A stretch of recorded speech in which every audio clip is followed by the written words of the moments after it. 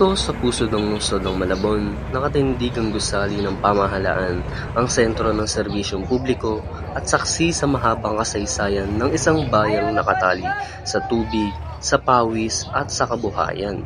Dito sa bayan ng Malabon, buhay na buhay ang gabi.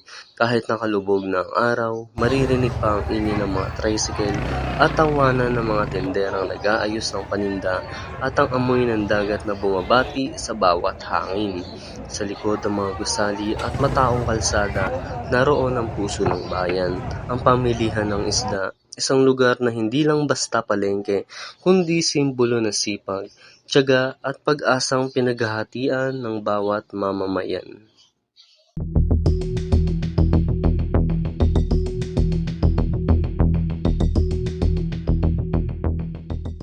Nakapanayam namin ang ilan sa mga taong araw-araw ay bahagi ng takbo ng pamilihan.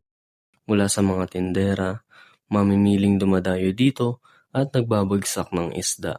Sa kanilang mga kwento, mas mauunawaan natin kung gaano kahalaga ang Malabon Fishport sa kabuhayan ng marami. Madalas nagbubukas dito 7 p.m. Tapos pag sa umaga naman nagsasara, iba-iba kasi pag naubos na yung isda, pwede na magsara. Mula po ba sa probinsya or may pinagkukunan po kayo? Maraming pinanggagalingan. Yung iba sa Bicol, tapos Palawan, Mindoro, ganun. Ano po yung proseso ng pag-aangkat nyo? From supplier po to inyo? Kung paano po yung proseso, ganun po? Kinokontak yung boss namin, tapos sabihin gusto nila magbaba rito sa pwesto namin, tapos yun, pag-uusapan na nila.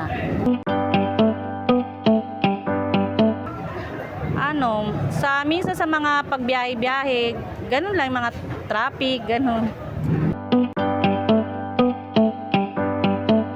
Minsan mabili, minsan matumal. Sa mga isda, ganun talaga, laging may tumal, hindi laging mabili.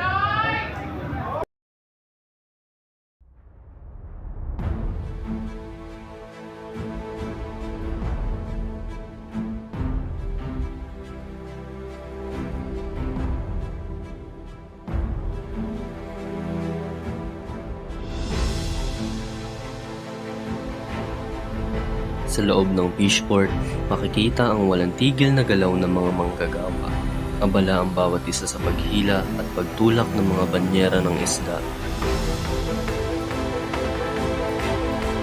Dito, bawat pawis at pagod ay kapalit ng kabuhayang umaasa sa biyaya ng dagat.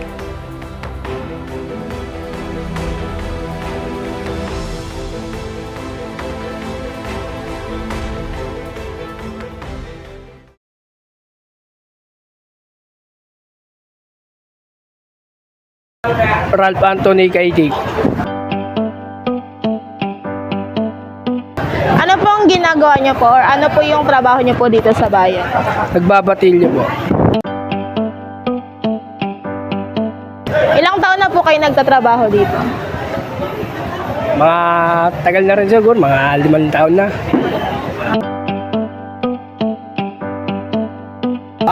Marami po, minsan mga 20 cooler, minsan 15. Marami. Sapat naman po. Sapat din sa kinikita ko na araw-araw na 300, 400, minsan 500. Depende po minsan 700, 800. Sakto lang panghanap buhay lang sa mga pambinata.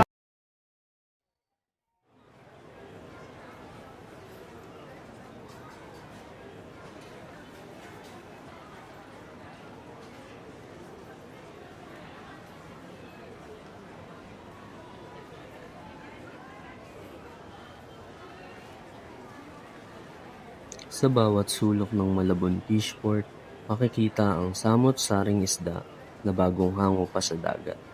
Mula sa maliliit na katulad ng bangus at tamban hanggang sa malalaking tulingan at tuna, lahat ay maayos at handa ng ibenta.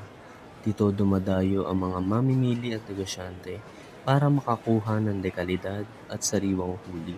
Sa dami ng pagpipilian, Tunay na buhay ang kalakalan sa pamilihang ito.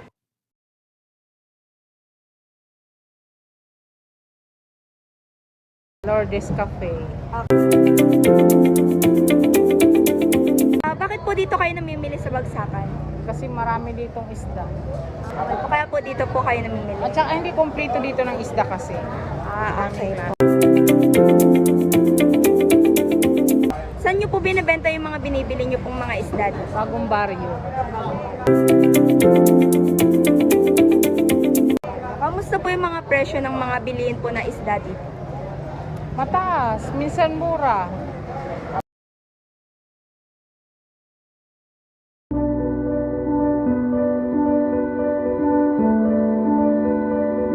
Bawat araw sa Malabon Fishport ay puno ng galaw at sigla. Mula sa pagdating ng mga isda hanggang sa pagtitinda, bawat isa ay may mahalagang papel. Hindi lang ito simpleng pamilihan, kundi lugar ng kabuhayan at pagkakaisa. Sa bawat pagod at pawis ng mga nagtatrabaho rito, makikita ang kanilang determinasyong itaguyod ang buhay sa tulong ng biyayang dala ng dagat. Tunay ngang ang Malabon Fishport ay puso ng kalakalan at isang kabuhayan sa lungsod.